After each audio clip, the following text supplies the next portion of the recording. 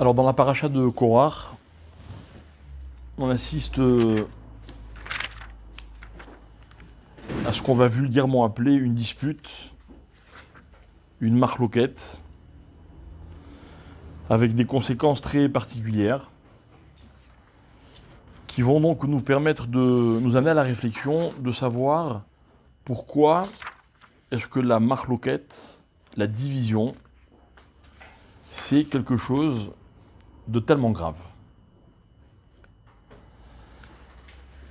Alors évidemment, il y a une remise en question de l'autorité de Moshe Rabbeinu, mais on pourrait se demander, surtout pour nous qui vivons à l'ère de la démocratie, de la liberté d'expression, en admettant qu'elle ne soit pas dans les extrêmes, comme malheureusement on le voit un peu trop souvent, quel mal il y avait de la part de Korach à proposer qu'il y ait un autre chef, un autre guide dans le peuple juif.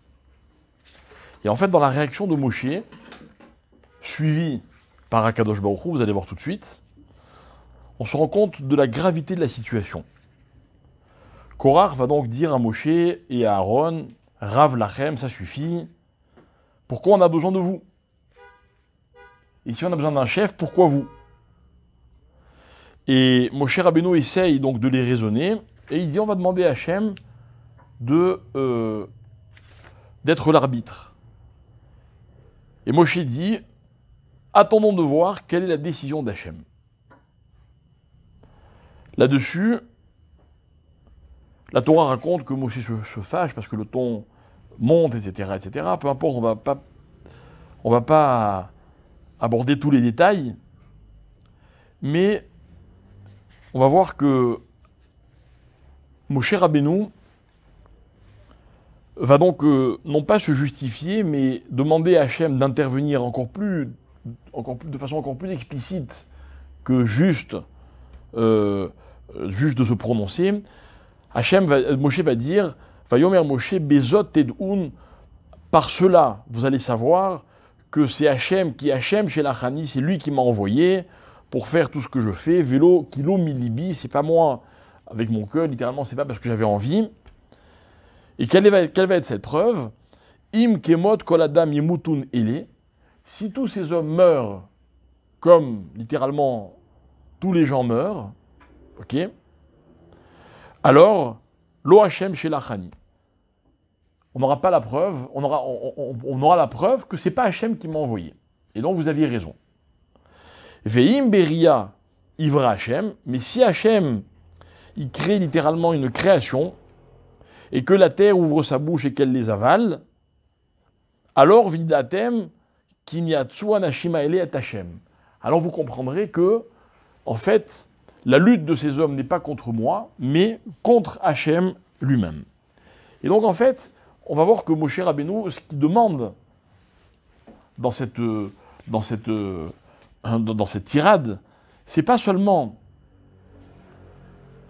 que, qu'il y ait une décision, il va beaucoup plus loin. On va essayer de comprendre ce qui est sous-entendu. Ce qui est sous-entendu, c'est que c'est sûr que ces hommes vont mourir. Mais s'ils meurent normalement, alors on n'aura rien prouvé. Ce que je veux, dit Moshe, c'est qu'ils meurent d'une mort qu'on ne connaît pas, une bria, donc comme une espèce un nouveau phénomène. Et alors là, vous comprendrez que le combat, il n'est pas contre moi, il est contre Hachem. Et là, mes amis, ma question, c'est d'où Moshe savait, ou comment peut-il prendre le risque de dire que le combat, ce n'est pas un combat entre les hommes, c'est un combat contre Hachem. Ce qui va nous permettre à nous de nous demander, dans la vie, quels sont les combats qui opposent les hommes et quels sont les combats qui opposent Hachem et les hommes. Ok? Imaginez que dans le peuple, il y a un débat et que les uns disent « Ah, c'est contre la Torah, contre Dieu », et les autres vont dire « Non, non, pas du tout, c'est contre les hommes ». Si jamais on a la preuve que le combat il est des hommes vers Hachem, évidemment, c'est plus du tout le même problème. Donc là, c'est ce que Moshe affirme. Et évidemment, l'histoire va lui donner raison, puisque la terre va littéralement ouvrir sa bouche et elle va les avalaient, pour reprendre le terme de la Torah, eux, leur maison et tous ceux qui s'étaient mêlés de cette dispute, ainsi que tous leurs biens. Alors qu'est-ce qui se passe évidemment dans cette paracha?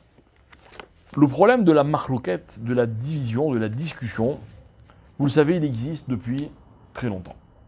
Il existe presque depuis que les hommes existent. Pourquoi je dis presque? Parce que les premiers hommes qui ont existé, c'est Adam et Chava. On n'a pas vu qu'ils se sont disputés. Mais leurs enfants vont se disputer. Et en fait, dans cette dispute qui va opposer Caïn et Havel, on va voir que Caïn va pas seulement se disputer avec son frère, il va tuer son frère. Vous imaginez, ils sont deux frères. Ils sont deux frères, mais il n'y a pas assez de place pour les deux dans le monde. Donc Caïn décide d'éliminer Hevel. Ok? Alors, on va essayer d'expliquer aussi cette dispute, mais on va remonter à l'origine de la dispute dans le monde. À l'origine de la dispute dans le monde, vous le savez ça sans doute, c'est le deuxième jour de la création.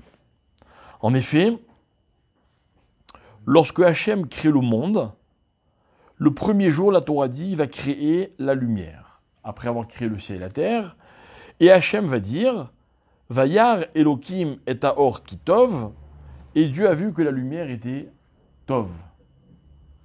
Et tous les jours de la création, il y aura, on va trouver le mot tov, sauf le deuxième jour. Pourquoi est-ce que le deuxième jour, le mot tov n'apparaît pas? Et c'est parce que quand on observe ce qui a été créé le deuxième jour, c'est une division qui a été créée. Ok? Quelle est cette division? Vayomer Elohim yeirakia betoch hamaim vi'im mavdil ben maim le maim. Dieu va séparer entre les eaux d'un côté, les eaux de l'autre. La Torah va expliquer les eaux qui sont en dessous du ciel, littéralement, et les eaux qui sont au-dessus du ciel. Alors Dieu ne dira pas Tov. Et les Ramim diront, il est impossible de dire Tov quand il y a une division. Pourtant, il fallait bien qu'on sépare les eaux d'en haut et les eaux d'en bas. N'est-ce pas? Ok. La Torah continue, et elle dit que les eaux qui sont sous le ciel se regroupent, se réunissent dans un seul endroit, et qu'apparaissent la terre sèche, les continents. Très bien. Et donc les continents sont apparus, Vayar Elohim ki tov. On continue toujours dans le troisième jour, et Dieu a créé toute la verdure, tout ce qui va pousser, etc., les fruits, les arbres, ok? Vayar Elohim ki tov une deuxième fois. Et en fait, le tov qui manquait dans le deuxième jour, on le retrouve dans le troisième jour. Ce qu'il faudra dire à nos chachamim que le premier tov du troisième jour, ok, c'est en fait un tov qui qualifie ce qui a été créé, ce qui a été entamé le deuxième jour et terminé le troisième jour. D'accord? Bon, alors il faut essayer de comprendre. Hachem, il a commencé, il n'a pas terminé, il termine le lendemain. De quoi est-ce que l'on parle? Alors, on va d'abord admettre une chose essentielle, c'est que la discussion, qui peut des fois se transformer en dispute, c'est-à-dire le débat, il est humain, j'ai envie de dire, il est terrestre. On voit que Hachem sépare dans la création. D'ailleurs, le premier jour aussi, il a séparé. Il a séparé la lumière de l'obscurité.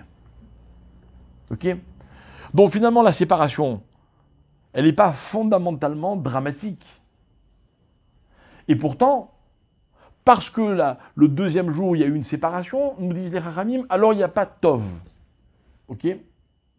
On va d'abord avoir une définition, à travers ce qu'on va expliquer dans un instant, on va avoir une définition de ce qui s'appelle Tov. Par exemple, quand une chose n'est pas terminée, elle n'est pas Tov, mais quand on la termine même plus tard, alors elle devient Tov, elle devient bien. Mais c'est quoi bien? C'est quoi bien? Ok?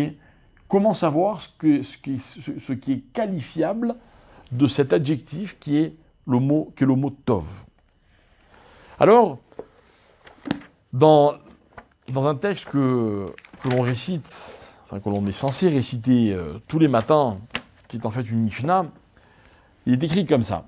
Rabbi Ishmael Omer, Bishlosh Esre Midot, à Torah Nidreshet. La Torah, pour la comprendre, il faut faire ce qu'on appelle des drashot. C'est quoi des drashot?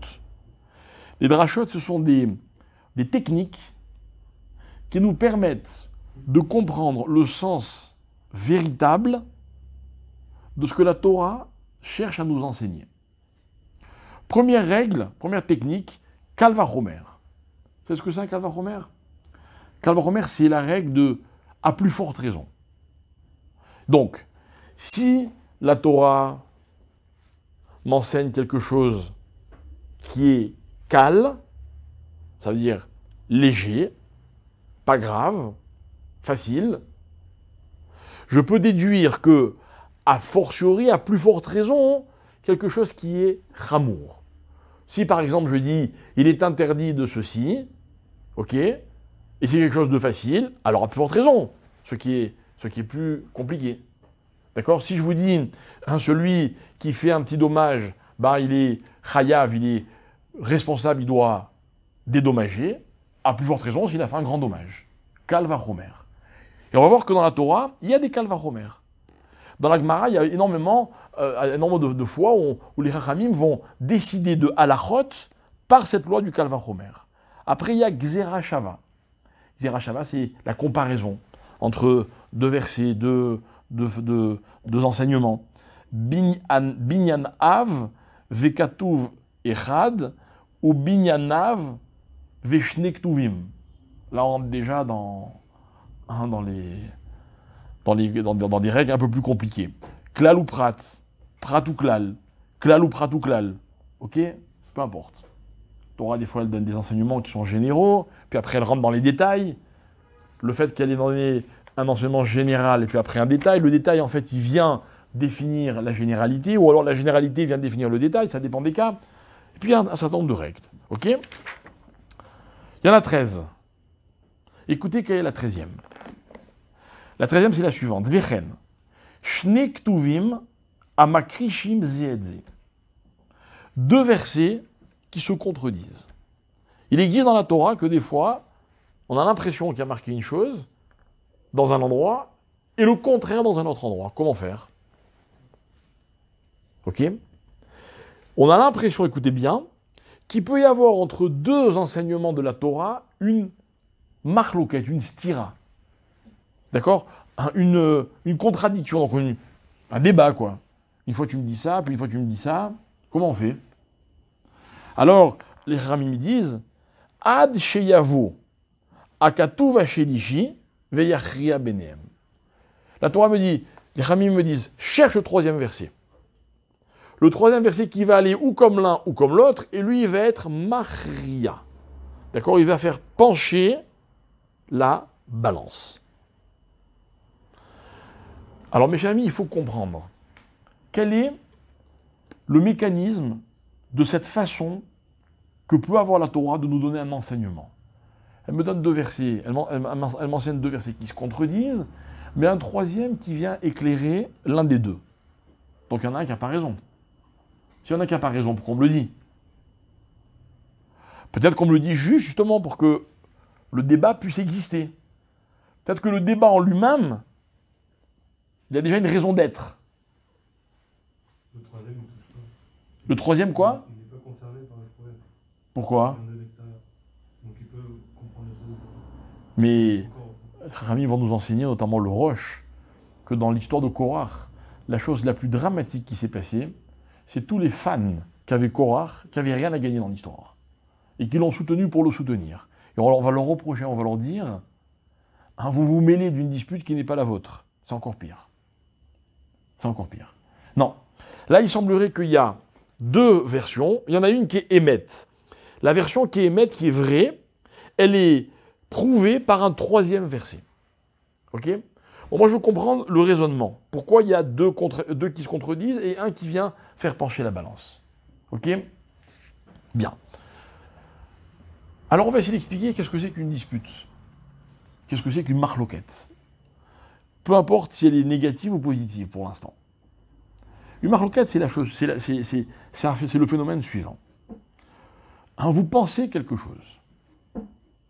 Ok? Vous le pensez, vous en êtes convaincu. Une idée. Peut-être pas une idée, mais vous pensez que tel objet vous appartient. Que tel droit vous revient. Vous en êtes convaincu. Je vais vous expliquer quelque chose. Si vous étiez seul au monde, vous ne pourriez pas envisager autre chose. Vous avez raison. C'est-à-dire qu'en fait, dans la vie, tant qu'on n'a pas été confronté à quelqu'un qui pense pas comme nous, on est convaincu d'avoir raison. Et puis, apparaît un phénomène étrange, quelqu'un n'est pas d'accord avec nous. Il lui pense que c'est à lui. Lui pense que le droit lui revient à lui, pas à vous. Vous avez tort et lui, il a raison. Ok? Alors, une question très puérile. Il y a deux antagonistes. On va dire qu'il y en a un qui est le bien et un qui est le mal. Ok?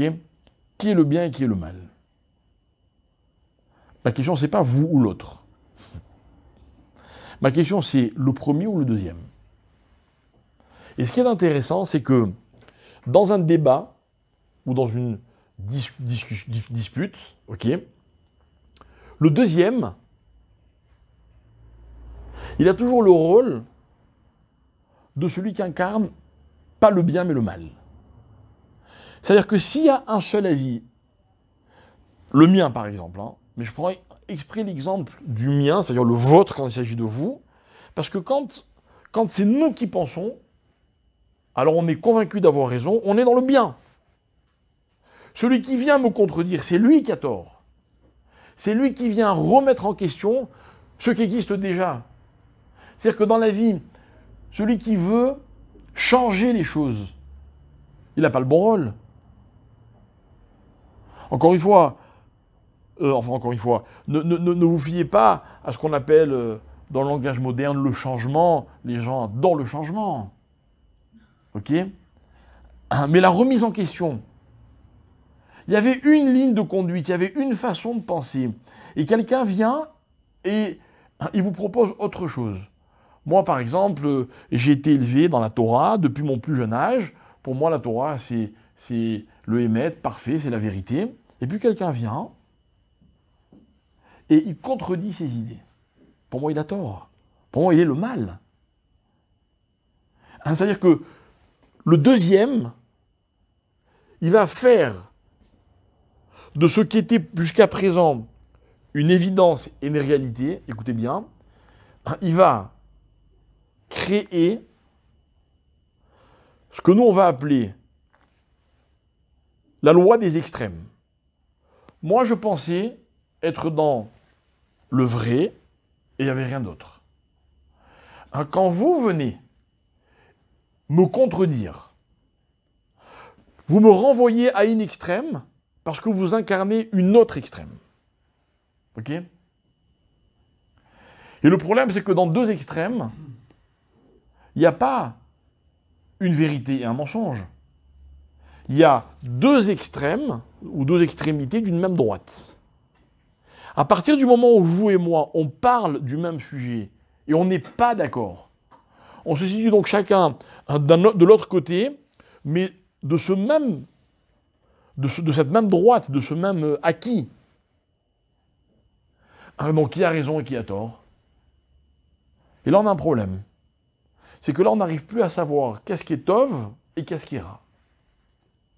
Et en fait, il semblerait que lorsque Hachem a créé le monde, le projet, c'était que le monde soit tov. Mais voilà que le deuxième jour va venir apporter une autre idée. Une idée de quelque chose qui n'est pas tov. Ça veut dire, écoutez bien, que dans la chronologie de la création du monde, le premier jour, il était tov parce qu'il était tout seul. Le deuxième jour, il ne peut pas être tov parce qu'il propose le contraire du premier jour. Le premier jour, c'était l'harmonie. C'était la lumière et l'obscurité. Ce n'est pas une séparation qui pose problème, au contraire. C'est l'équilibre. Mais lorsque Dieu, le deuxième jour, va proposer une séparation, Hein, c'est quoi une séparation? C'est forcément ce qui arrive le deuxième jour. Le premier jour était une entité, une réalité qui s'imposait à nous. Le deuxième va être une proposition différente. Donc, il y a marloquette. Et donc, il y a séparation. Et donc, il ne peut pas y avoir tov. Les Rahamim nous disent, attention, Yavo akatuv ashlishi ve'yachria benehem. C'est quoi yachria? Yachria, normalement, c'est faire pencher. Vous voyez, si c'était une balance, on dirait, hein, c'est machria, ça fait pencher l'un des plateaux de la balance. Pas ça l'idée. Yachria benehem, entre eux. C'est quoi entre eux? C'est-à-dire qu'en fait, la vérité, elle est ni là, elle est entre les deux. Et en fait, le propre d'une marloquette, mes chers amis, hein, c'est pas que tout d'un coup, tout le monde tombe d'accord, ou qu'on dise que l'un a raison et que l'autre a tort, mais c'est que du fait que chacun propose autre chose, la vérité, elle est forcément ailleurs que là ou là. Ok? Et vous comprenez que ce n'était pas possible le premier jour. Ce n'était pas non plus possible le deuxième jour. Ce n'était possible que le troisième jour. Ça veut dire que le premier, c'était une perception du Hémet. Le deuxième, c'était une remise en question du Hémet. Et le troisième, c'était une achra'a entre les deux, un espèce d'équilibre. Ça, c'est ce qu'on appelle la règle de la marloquette. Alors, la Torah continue. C'est quoi le troisième jour là? C'est quoi le troisième jour? C'est quoi le troisième jour? Le troisième jour, j'ai dit, c'est là que Dieu a séparé les continents et les océans. Et il a aussi créé les végétaux. Ok, mais à la limite, c'est peu importe. Enfin, hein, il faudrait qu'on rentre dans les profondeurs du sujet. C'est pas notre objectif ce soir. Mais ce qu'on aperçoit en continuant la lecture de la Torah, c'est que après la Torah, elle continue sur le Tov. Ok? Regardez, quatrième jour, qu'est-ce qui se passe? Et Dieu a créé les luminaires, les Havdil, pour séparer le jour et la nuit. Mais l'Havdil, c'est le même mot que le deuxième jour. Ça ne pose plus de problème.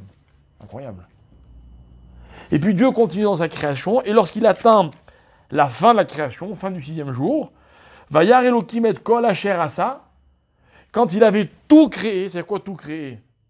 Tout et son contraire, hein, les deux côtés à chaque fois, alors quoi? Tov Meod. On n'est même plus dans le Tov, on est dans le Tov Meod. Et en fait, ce qui est intéressant, c'est que la notion de Tov, elle apparaît dans la Torah, toujours. Quand on est dans un phénomène, ou dans un événement, ou dans une expérience, qui implique une continuité, une suite. Ça veut dire que ce qui dans la vie est stérile n'est jamais Tov. Ok? Par contre, quand quelque chose va pouvoir produire, alors on est dans le Tov. Et ce qui est intéressant, c'est que chacun d'entre nous doit se demander comment peut-il produire? Pas demain, pas lorsque il va se passer ceci ou lorsqu'il va faire cela. Là maintenant, aujourd'hui, dans l'expérience que je vis, en quoi cette expérience, elle est productive? En quoi elle ne se termine pas au moment où elle s'arrête? En quoi elle implique une continuation, une continuité? Et ça, c'est Tov. Et en fait, pour que les choses puissent continuer, elles ne peuvent pas être seules. C'est-à-dire qu'en fait, pour que les choses puissent vraiment continuer, il faut qu'on passe par un pseudo-tov, Yom Echad. Echad, ça veut dire quoi? C'est pas le premier, c'est l'unique. Un deuxième qui vient renverser, chambouler tout ça, et un troisième qui vient proposer un équilibre. Ok? Voilà comment le monde a été créé. Voilà, mesdames et messieurs, ce qui s'appelle, dans le langage de la Torah, Bria. Bria, la création. Dieu est un créateur. Dieu propose tout et son contraire. Dieu, écoutez bien, c'est le seul qui est Echad. Rien d'autre n'est Echad, unique, dans le monde, à part Hachem. Pourquoi? Parce que lui, il est Echad, il est, on va dire, hors norme. Mais tout ce que Dieu crée, ça veut dire tout ce qui existe dans la dimension terrestre, dans la dimension humaine, ne peut pas être Echad, c'est impossible. Parce que si c'était Echad, ce serait dans la perception humaine un Tov qui n'en est pas un. Ok? Alors Dieu crée l'homme, et puis il le crée tout seul. Alors Hachem va dire non, c'est pas bon. L'otov yota adam levado. L'otov. Vous voyez? C'est que dans la Torah, le contraire de tov, c'est l'otov. Et pourquoi l'otov? Parce que levado. L'homme, il n'est pas tov parce qu'il est tout seul. Alors, faisons-lui, quoi? Une autre créature qui va se positionner justement face à lui. Ezer kenegdo. Et Dieu crée la femme. Magnifique. On est enfin arrivé à la dispute dans son, dans son état le plus humain. D'accord? Voilà, c'est impossible. N'imaginez pas qu'un couple puisse cohabiter sans se disputer. C'est impossible. Un couple qui ne dispute pas, c'est qu'il y a un problème. D'accord? Je ne dis pas ça pour rassurer les couples qui disputent, ni pour angoisser ceux qui ne sont pas encore mariés. Ok? Je dis ça parce que c'est une réalité de la vie. Ceux qui ne sont pas encore mariés, d'ailleurs, je vais vous dire quelque chose. Il vaut mieux disputer avec sa femme qu'avec n'importe qui d'autre. Ok? Hein, pourquoi? Parce que entre l'homme et la femme, il va y avoir cet équilibre. Cet équilibre qui ne peut naître que des contraires. Alors, Hachem crée l'homme. Et puis la Torah, elle me présente le cahier des charges. La Torah me dit que Hachem a proposé Naase Adam Betsalmenu. Faisons un homme à notre image. Ok? Alors, Vaikra Elokim et Adam Betsalmo. Betselem Elokim bara oto. Il a créé l'homme à l'image de Elokim. Ok? Est-ce que vous pouvez me dire, je pose la question, dans quel domaine de l'homme se situe l'image de Dieu? Où on trouve l'image de Dieu chez l'homme? Dieu n'a pas de déchama. De la réflexion, Dieu n'a pas de réflexion. Physiquement, Je sais pas, non, physiquement c'est impossible, Dieu n'a pas de physique. C'est-à-dire? Les midotes. Les Les préceptes. Non. non. Non, notre chesed n'a rien à voir avec celui de Dieu. Comment? Dites-moi, dans la création du monde, parce qu'on est en plein dans la création du monde, hein, Ah, la parole. on sait quoi de Dieu? La parole. Il parle pas. Dieu, il n'a pas encore eu la parole, l'homme. On va en parler plus tard dans la Torah. Ah, la création. Bravo. La seule chose qu'on sait de Dieu, c'est qu'il est un créateur. Ok?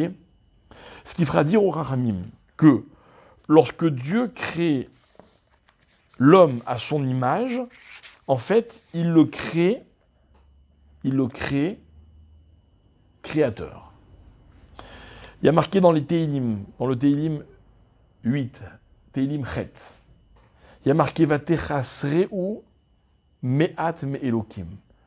Il manque un petit peu à l'homme d'Hachem. C'est-à-dire, il est presque comme Hachem. Et les Rachamim vont expliquer, vont dire, c'est-à-dire quoi il est presque comme Hachem? Le Harizal, il explique, il dit, en fait, ça veut dire que l'homme est un créateur. Ok? Maintenant, je continue le verset. Betselem Elokim, à l'image de Dieu, je viens de comprendre ce que c'était. Bara Oto. Bara Oto, il l'a créé. Et là, il y a une contradiction terrible. Je vais la dire en hébreu parce que on va mieux la comprendre, après j'explique. C'est que l'homme, à l'origine, est un boré, créateur, mais dans le verset, on m'indique également qu'il est un nivra, qu'il a été créé, bara oto, il l'a créé.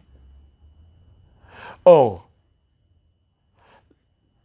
le génie d'Hachem, si je peux parler de génie, en tant que créateur, c'est que justement, il n'a pas été créé.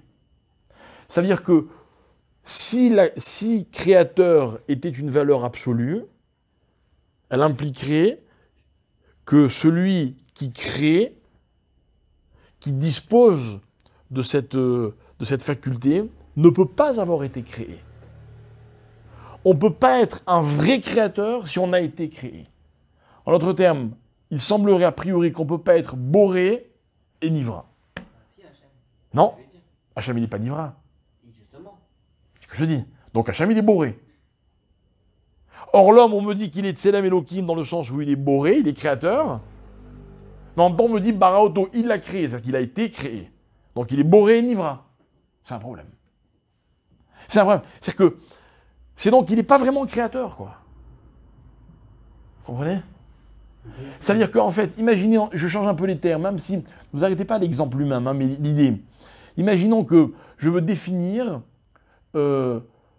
la perfection dans l'autonomie. D'accord? Imaginez un objet autonome, complètement autonome. Mais si l'objet qui est autonome a été créé par quelqu'un qui lui a donné cette autonomie, donc de ce fait, il est plus complètement autonome. Peut-être que à partir de maintenant, il devient autonome, mais dans son existence, il y a une faille dans son autonomie. Puisque un jour, pour exister, il a eu besoin de quelqu'un d'autre. Ce n'est pas de l'autonomie. En tout cas, ce n'est pas la valeur absolue. On ne peut pas être boré et nivra, c'est impossible. Or, quand on lit les versets, on se rend compte que l'homme, il est boré et nivra. Comment c'est possible? Alors il est nivra, facile, il a été créé par Dieu. L'homme ne s'est pas inventé tout seul. Et pourtant, il est boré. Et en fait, écoutez bien, c'est le phénomène qui s'appelle homme. Adam. Homme, pas au masculin, être humain. Le phénomène dans la création du monde, qui s'appelle Adam, qui vient couronner la création du monde, c'est cette capacité à créer tout en ayant été créé. Boré et Nivra, c'est le programme de Adam. Ça veut dire quoi? C'est la contradiction, c'est le paradoxe qu'il y a dans l'homme. Et l'homme, il est un paradoxe. L'homme est capable de créer, il peut faire des choses les plus magnifiques qui existent, qu'on ne peut même pas imaginer. Et puis l'homme est capable des choses les plus petites, les plus graves, celles qu'on ne peut même pas imaginer. Et ce n'est pas contradictoire, c'est l'homme. C'est-à-dire qu'en fait, l'homme procède de ce phénomène qu'on a appelé la dispute, mavdil.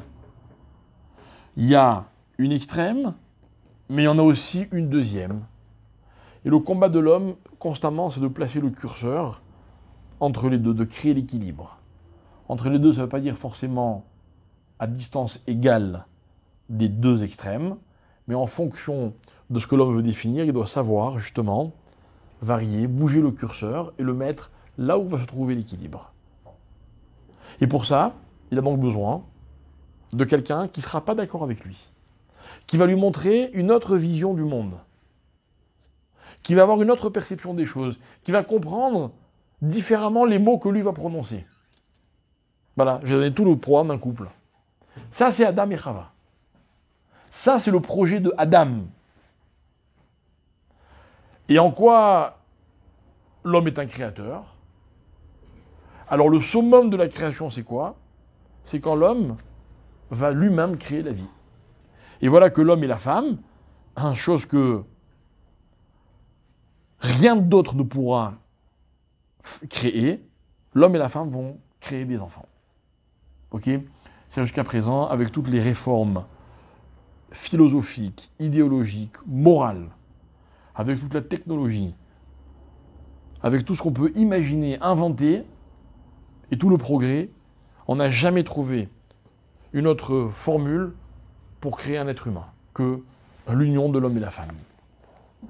Et j'ai même envie de rajouter, et ça n'existera jamais. Ok, voilà en quoi l'homme est un boré. Boré. Mais alors il peut créer d'autres choses que des enfants. Mais c'est juste pour montrer quelles sont ses capacités. L'homme, il a un potentiel toute sa vie. Toute sa vie, même la femme. Encore une fois, il ne s'agit pas maintenant de capacités physiques, de créer d'autres êtres humains. Ok? Alors, ce couple de Adam et Chava vont créer deux enfants. Ils vont créer Caïn et Hevel. Ok?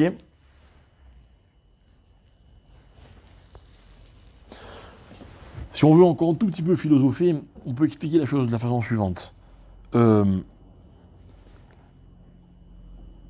Tantôt, l'homme se voit comme un boré, comme un créateur.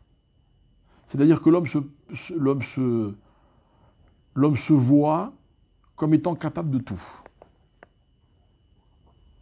Tantôt, l'homme se voit comme quelqu'un qui a été créé, c'est-à-dire qui subit et qui ne peut rien faire.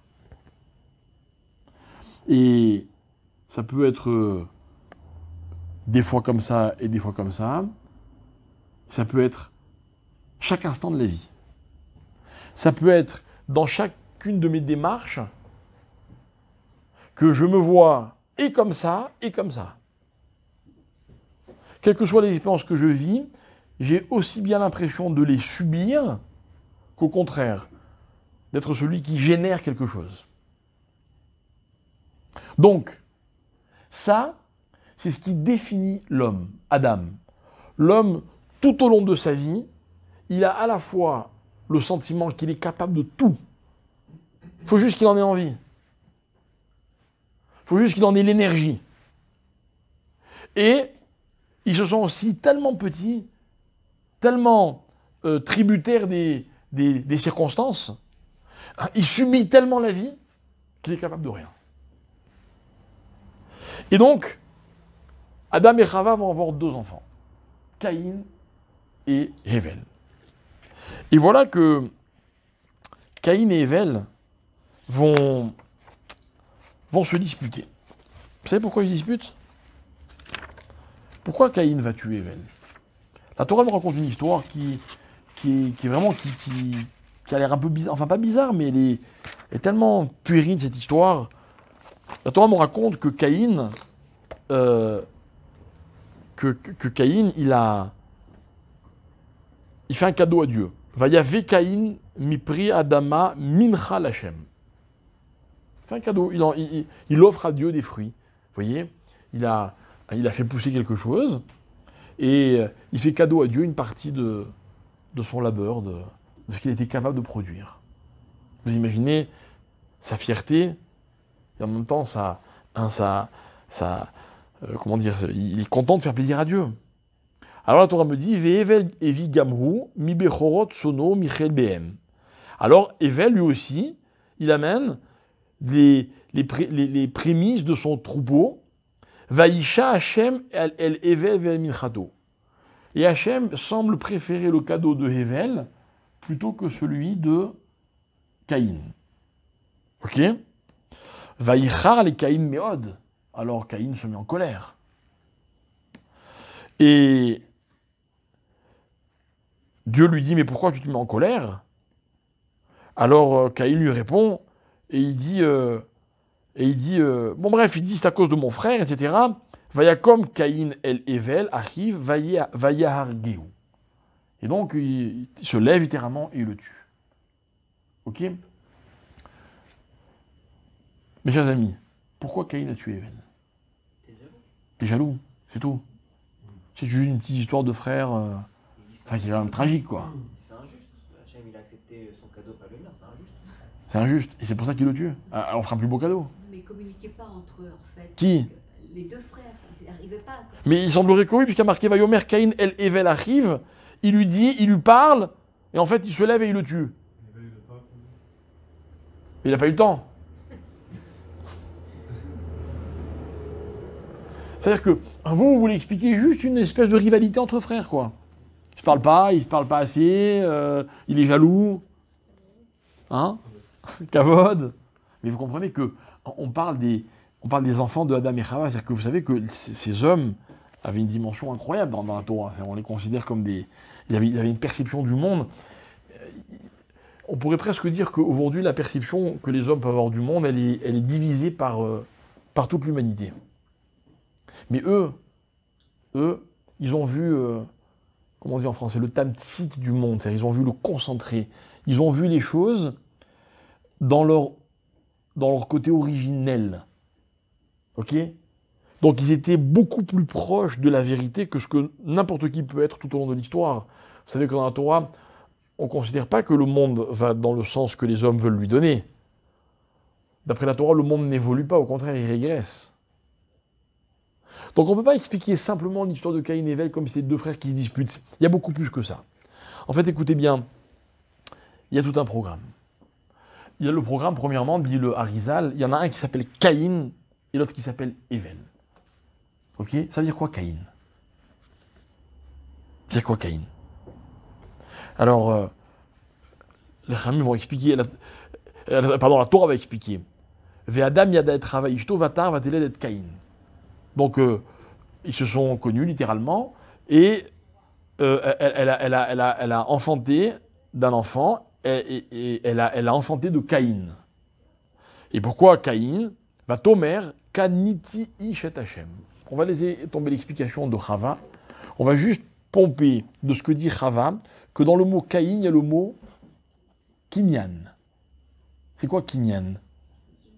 Acquisition. Et en fait, Caïn nous explique la Torah, Chava. Caïn, c'est un conquérant, c'est un acquéreur. Caïn, il va prendre. Et il va dire, c'est à moi. Pour Caïn, le monde lui appartient. Vous imaginez? Pendant quelque temps, c'est l'enfant unique du seul couple qu'il y a dans le monde. Le monde lui appartient. Puisque Adam et Chava, le monde entier est à eux, et lui, c'est l'héritier, donc tout est à lui. Et c'est la perception qu'a Caïn du monde. Et puis arrive un autre enfant, ok? Va Tosef la Ledet et arrive et Havel. Et pourquoi il s'appelle Havel? Ça veut dire quoi Havel? La Torah ne le dit pas. Bizarre.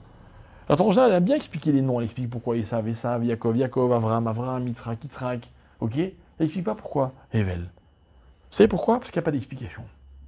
Parce que vous savez ce que ça veut dire Hevel? Rien. Hevel, ça veut dire rien. C'est fou.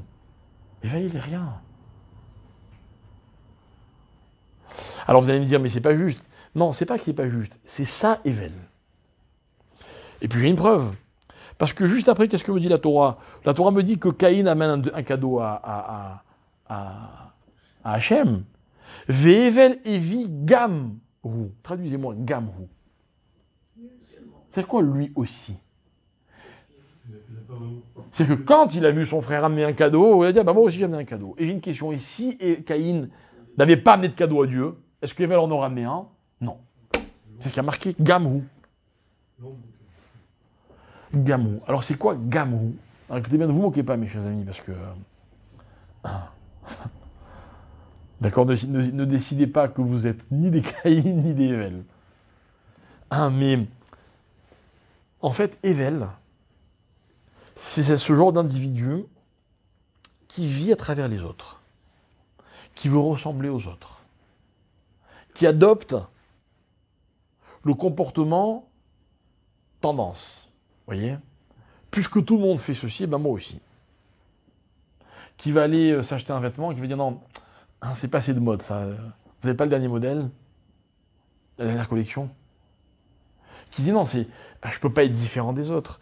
Si je fais comme ça, je vais être bizarre. Vous comprenez de quoi je parle? Je sais que vous comprenez de quoi je parle. Vous voyez? Ça aussi, c'est un côté de l'individu. C'est-à-dire qu'en fait, on a tous en nous un peu de Hevel. Mais on a tous aussi en nous, heureusement, un peu de Caïn. On est tous on regarde tous le monde en se disant comment je peux me l'approprier. C'est-à-dire que le réflexe d'un enfant, dès qu'il est en âge de parler ou de réfléchir, il dit c'est à moi. C'est à moi. Dans n'importe quelle famille, quand le deuxième enfant arrive, le premier dit oh, j'étais là avant. C'est à moi. Bien sûr. Le deuxième le dérange. Et dans n'importe quelle famille du monde, le deuxième enfant, il va répéter, refaire ce que fait celui qui était là avant lui. Donc dans une famille, dans la société, il y a toujours un Caïn et un Hevel. Et en même temps, on est tous un peu Caïn et un peu Hevel. Ok? Et cette contradiction, vous savez pourquoi? Parce qu'on est tous un peu bourrés et un peu nivras.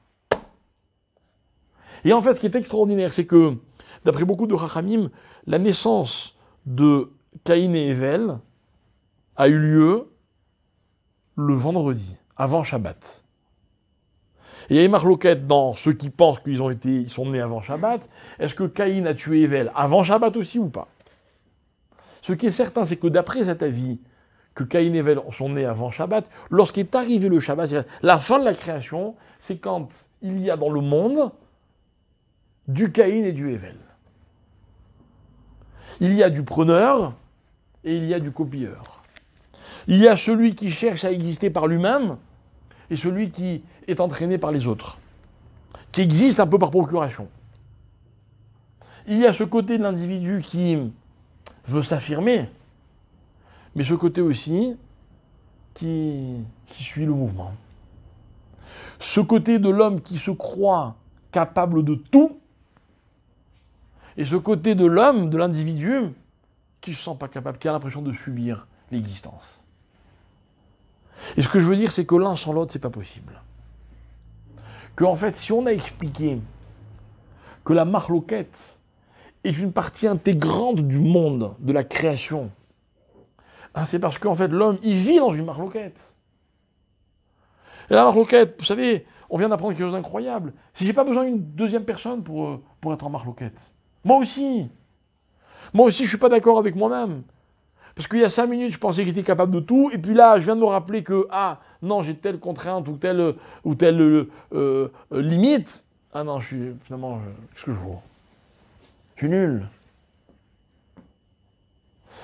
Et je sais que je n'ai pas besoin d'expliquer beaucoup, parce que tout le monde comprend ce que je veux dire. Parce que je parle d'un sentiment qui est en même temps une espèce de combat que l'on vit tous. Et peut-être même tous en permanence. Ok? Et bien, vous voulez que je vous dise quelque chose, c'est ça l'équilibre.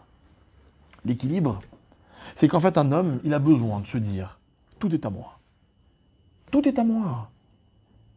Mais de se rappeler de temps en temps, non, finalement, je ne mérite pas. Tout ne peut pas être à moi. C'est ça l'équilibre, vous comprenez? Le gentil, c'est quoi? Qui est gentil dans la vie? Vous voulez que je vous dise qui est gentil? Celui qui aurait pu être méchant. Mais celui qui n'aurait pas pu être méchant, c'est pas de la gentillesse. Si vous me prenez quelque chose, j'ai pas le choix. On peut pas dire après je suis généreux, je vais donner, mais je vais pas donner. J'avais pas le choix. Dans la vie, celui qui donne, et on va dire celui pour qui c'est une qualité, c'est parce qu'il aurait pu ne pas donner. Chaque fois que dans votre vie, vous donnez quelque chose, rappelez-vous que, rassurez-vous en vous disant, j'aurais pu ne pas le donner. Donc je suis vraiment un donneur. Et puis là, je viendrai, je vous dirai, mais t'avais vraiment le choix? Est-ce que t'avais vraiment le choix? Ah non, c'est vrai, finalement, c'est pas évident. Et vous voyez, cette ambivalence dans l'image que j'ai de moi-même, c'est elle qui m'équilibre. C'est parce que je contiens ça et ça à la fois que finalement je vais me trouver, je vais me tracer une ligne que je vais suivre. Et en fait, des fois, je vais réussir certaines choses parce que là, j'avais la conviction qu'il fallait que je l'acquière. Il fallait que ce soit moi. Et des fois, au contraire, je vais me trouver grand parce que je vais dire non, là, je savais que ce n'était pas à moi. Il fallait que je reste à ma place. Là, je suis un Hével. Vous voyez? Et en fait, ce qui est extraordinaire, c'est que le roi Salomon dira dans Kohelet, Hével avalim, akol Hével. Il va dire en fait, tout est Hével, sauf moi l'homme. Sauf moi. C'est-à-dire que moi, en fait, c'est moi qui définis qu'est-ce qui est Hével, qu'est-ce qui a de la valeur et qu'est-ce qui n'a pas de la valeur. Vous savez ce que c'est Hével? Hével, c'est quand vous cuisinez quelque chose, ok? Et puis il y a de la vapeur. Hein? Et puis quand vous approchez, la vapeur, elle a une bonne odeur. Mais en fait, ça ne vous a pas nourri. Hein? C'est rien, cette odeur. Enfin, il vaut mieux que ça sente bon que mauvais. Mais avec une odeur, on va nulle part. C'est ça, Hével. Hével, c'est ce qui n'aurait jamais existé s'il n'y avait pas le plat cuisiné. Mais maintenant qu'elle existe, eh ben, elle ne sert à rien.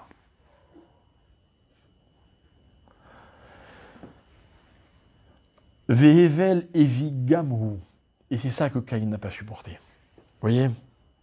C'est-à-dire que, mes chers amis, quand de temps en temps vous faites le point sur vous-même, et que vous vous dites en fait, là, j'ai juste suivi le mouvement. Là, j'ai juste fait ceci parce que je me suis senti obligé de réagir. Combien de fois dans la vie, moi ça m'arrive tous les jours. Bref, tous les jours. Je réponds. Et après, je me dis, mais qu'est-ce que je suis bête alors? Je suis bête. Quoi? J'ai juste été encore plus méchant que celui qui m'avait taquiné? J'ai juste prouvé que je pouvais répondre. Evel. En fait, on m'a entraîné. Je me suis laissé entraîner. Mais en réalité, j'étais capable de beaucoup plus. Je suis un Caïn. Dans le bon sens du terme. Mais en réalité, écoutez bien. L'erreur, la faute de Caïn, c'est quoi? C'est quoi la faute de Caïn? C'est que Caïn, il a éliminé le côté Evel du monde, de l'homme. Il a dit, ah non, un homme, il ne peut pas être Evel. Un homme, il est obligé de tout prendre. Tout prendre. Et regardez pourquoi c'était une erreur.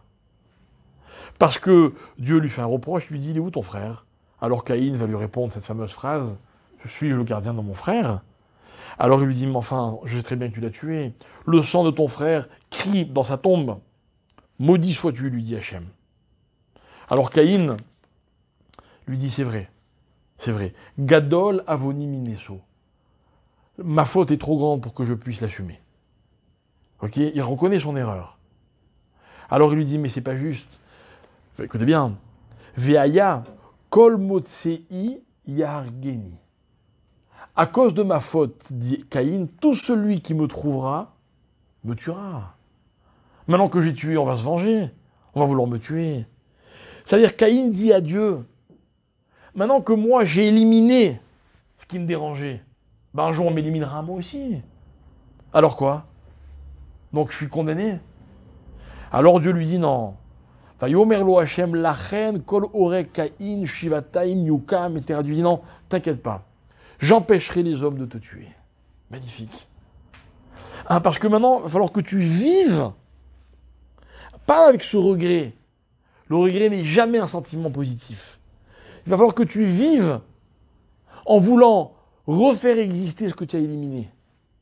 Ça veut dire, mes chers amis, quand vous vous permettez, quand on se permet d'être un Caïn, d'être un conquérant, de vouloir tout s'approprier, faut pas.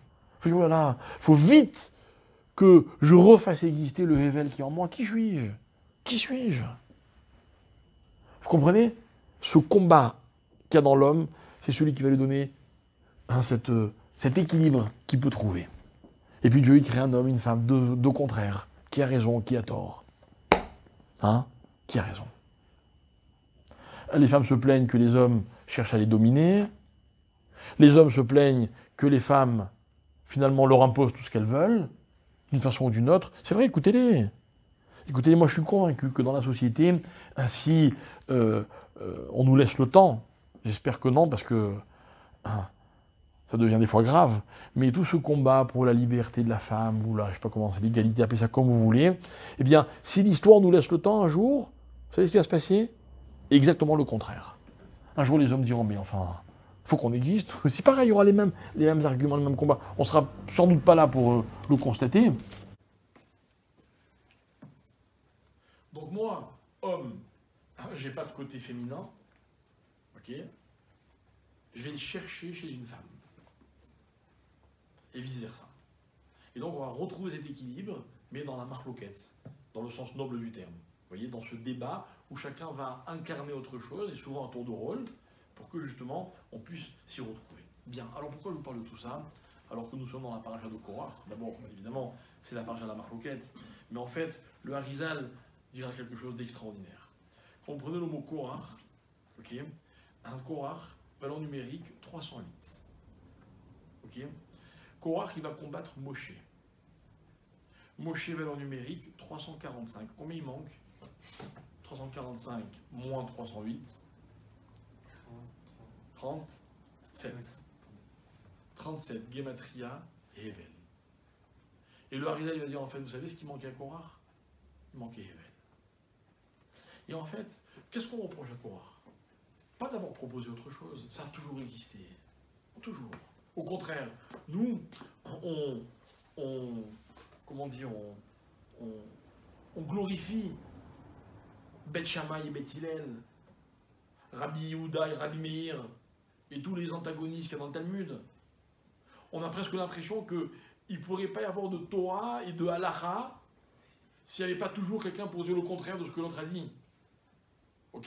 Ça ne nous pose pas de problème, dans l'absolu. C'est-à-dire que ce n'est pas la démarche de Korach, ou l'idée de Korach qui nous pose un problème. Ce qui nous pose un problème, c'est que Korach, il a juste oublié l'autre côté de la discussion. En fait, écoutez bien, regardez ce qui se passe. Korach, il veut annuler Moshe Rabbeinu. Vous vous rappelez la question que Korach pose à Moshe? Que Rashi rapporte. Il dit, dis-moi, dans une pièce où il y a plein de livres de Torah, j'ai besoin d'être une mezouza. Tous les juifs sont des tzadikim. Pourquoi un tzadik qui les dirige? Dans un talit tout bleu, j'ai besoin de rajouter un fil bleu. Elle veut dire quoi la question? Écoutez bien, elle veut dire à quoi tu sers. Si moi j'occupe une place et que vous avez mieux à proposer à ma place, il n'y a pas de problème, on peut en discuter. On peut en discuter. Mais vous ne pouvez pas décider que c'est vous et pas l'autre. Ça, c'est pas possible. Écoutez bien, Moshe va déplacer le débat. Il va dire, mais le débat, il n'est pas entre moi et Korach. Il est entre Korach et Dieu. Vous vous rendez compte, c'est grave ce que dit Moshe Rabbeinu. Pourquoi? Qu'est-ce qu'il y a de si grave? Alors écoutez bien. Des borés, des créateurs, il n'y en a qu'un seul. Ce que Dieu va créer, c'est un homme qui est boré et nivra. Ça veut dire qui crée, okay, qui produit, qui invente, qui propose, mais qui subit aussi, qui accepte. Ça veut dire que vouloir être un créateur dans le sens d'annuler ceux qui ne pensent pas comme moi, de faire comme s'ils n'existaient pas, de ne considérer qu'il n'y a que moi qui suis dans le vrai, c'est pas combattre l'homme, non, c'est combattre Dieu. Pourquoi? Parce que c'est remettre en cause la création de Dieu qui s'appelle l'homme. C'est comme si je voulais dire à Dieu, c'est ta place que je veux, c'est pas celle d'un autre homme. C'est mes amis, vous voulez vous disputer, il n'y a pas de problème. Il n'y a pas de problème, enfin, discutez plutôt. Mais à une condition, c'est que celui qui se trouve face à vous, il existe. Il existe. Dans un débat, on peut construire. Mais à une condition, c'est que chacun écoute l'autre. Rappelez-vous cet exemple que j'adore vous donner d'un rav que j'avais à la yeshiva, et qui, lorsque on voulait poser une question sur ce qu'il disait, il avait toujours une condition. Il disait, répète ce que j'ai dit, et puis après tu pourras demander tout ce que tu veux. Sous-entendu, si j'existe, si je vois que tu as pris en compte ce que je t'ai dit, demande, questionne. Peut-être que c'est toi qui auras raison. Mais si tu n'as pas compris ce que j'ai dit, c'est pas un débat. C'est-à-dire que tu ne prends pas en compte ce que moi j'ai dit, tu prends en compte que ce que toi tu as compris. Ben, j'ai aucune chance de répondre à ta question. Aucune. Et rappelez-vous ce que nous disait Ramim, pourquoi entre Beth Shammai et Beth Hillel, la halacha est toujours comme Beth Hillel? Parce que lorsque vous verrez énoncer dans une Mishnah une marloquette entre Beth Shammai et Beth Hillel, l'avis de Beth Shammai est toujours amené en premier. Parce que Beth Hillel n'a jamais parlé avant d'écouter Beth Shammai. Donc ce qu'il disait, c'est pas forcément plus juste, mais c'était plus complet. D'abord, l'autre existait, c'est-à-dire que lui s'effaçait, il jouait son rôle de Hével, et puis après, lui, il existait parce qu'il disait, proposait ce qu'il avait à dire. Dans ces cas-là, il n'y a pas de problème. Le problème des débats, mes chers amis, c'est que personne n'écoute personne. Regardez-les se disputer. L'un, il vous dit qu'un tel est un menteur, et l'autre, il vous dit non, c'est un tel qui est un menteur. En l'autre terme, personne ne dit la vérité, quoi. Ou pire, il y en a un qui dit la vérité, l'autre qui ment. C'est pas un débat. C'est pas un débat. Si moi je dis la vérité et vous mentez, c'est la preuve que ce que je dis, c'est pas la vérité. Parce que la vérité n'est que le point de rencontre entre ce que je dis et ce que quelqu'un d'autre va dire. Mes chers amis, excusez-moi de faire cette déclaration, vous ne pouvez pas avoir toujours raison, c'est pas possible. Sinon, ça veut dire que vous vous trompez. Voilà la discussion entre Beth Shammai et Beth Hillel. D'ailleurs, la Gemara dans Shabbat va dire, oui, il y a eu des cas où on a fait la halacha comme Beth Shammai. On ne peut pas toujours faire comme Beth Hillel. C'est pas pour se donner un alibi, non. C'est parce que c'est pas possible. C'est pas comme ça que Dieu a créé l'homme. Dieu l'a créé Boré et Nivra. Alors moi, mes chers amis, plutôt que... On aurait pu, parce que c'est une paracha qui était extrêmement profonde et riche, on aurait pu expliquer en quoi est-ce que le débat de Korach était intéressant ou pas, et pourquoi il avait raison ou pas, et pourquoi Moshe avait raison, ok? Et pourquoi il a remporté. Pas ça le problème. Moi je dis, attendez, avant qu'on explique qui a raison et qui a tort, c'est contre moi ou contre Dieu? Est-ce que c'est une remise en question de la place que l'homme est censé occuper, ou bien est-ce que c'est un débat d'idées? Contre un débat d'idées, mes chers amis, il n'y a pas de problème. Il n'y a pas de problème. Et c'est pour ça que moi je suis très inquiet de ce que les hommes appellent la démocratie. Parce que la plupart des hommes pensent que la démocratie, c'est quand eux ils disent ce qu'ils ont envie de dire. Mais quand c'est l'autre qui parle, ben, il ne faut pas l'écouter. C'est l'antithèse de ce qui s'appelle la démocratie dans sa véritable, on va dire, idée. Mais en vérité, comme la démocratie inventée par les hommes n'existe pas, eh ben, la Torah ne l'a pas prise en compte. Dans la Torah, il n'y a pas de démocratie, mais par contre, nulle part on a autant débattu que dans la Torah.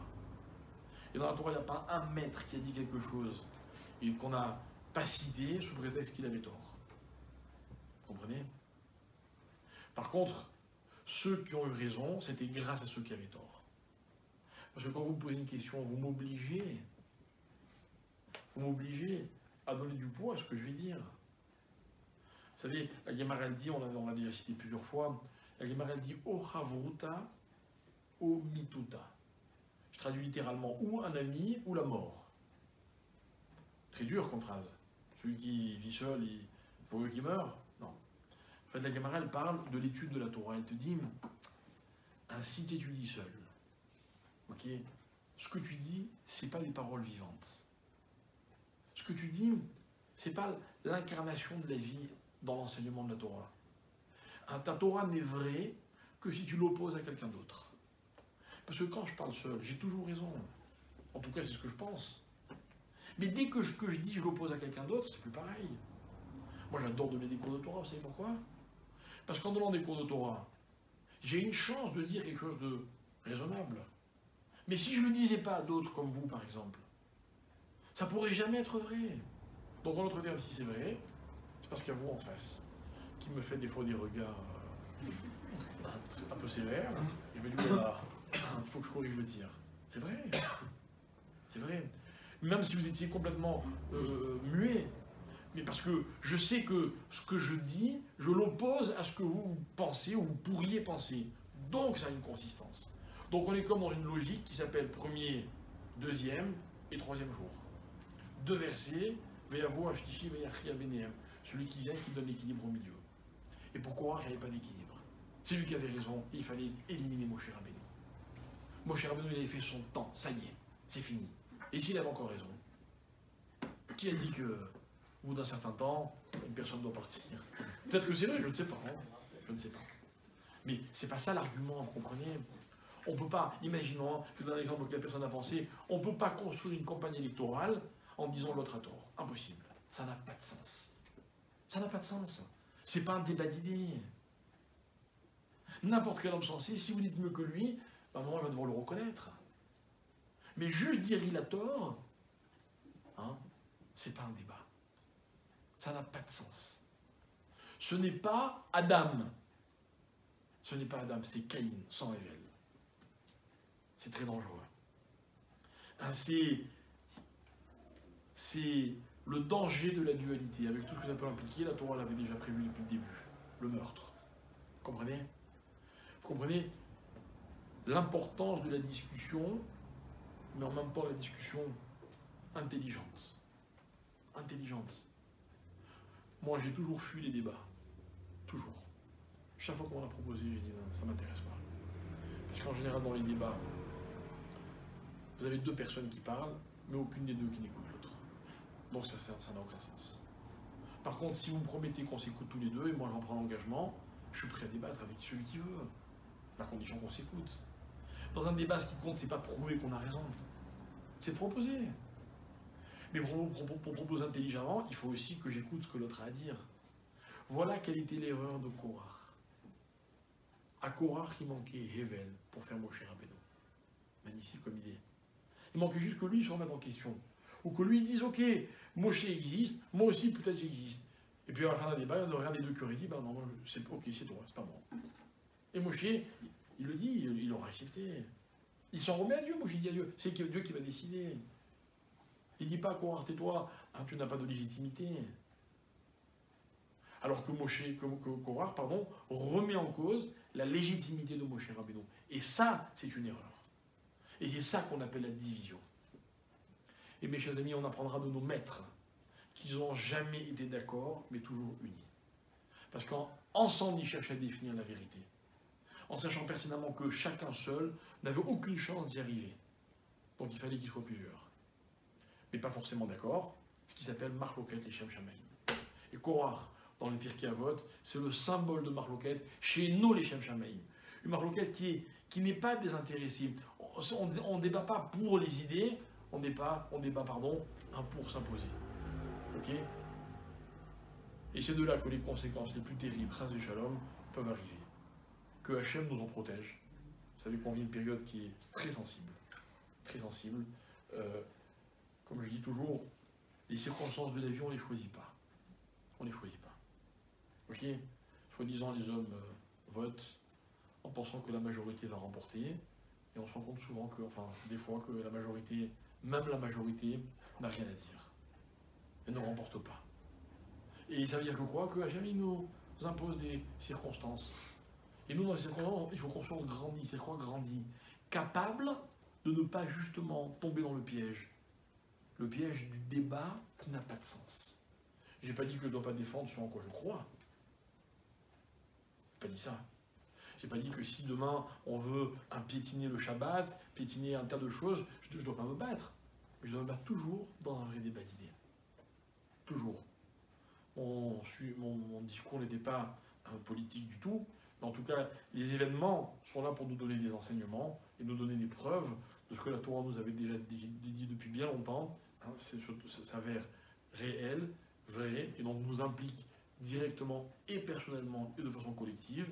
Et Bézard Hachem, je suis confiant, on sortira vainqueur de ces débats. Hein, ça dépend de nous si on est capable de leur donner un niveau. Hein, peut-être que vous et moi, on ne pourra pas changer le monde, mais même pas le pays. Mais en tout cas, si on joue notre rôle chacun même individuellement, eh bien, on sortira grandi de toutes les difficultés que le peuple et les individus peuvent rencontrer. Shavuot Tov. La semaine prochaine.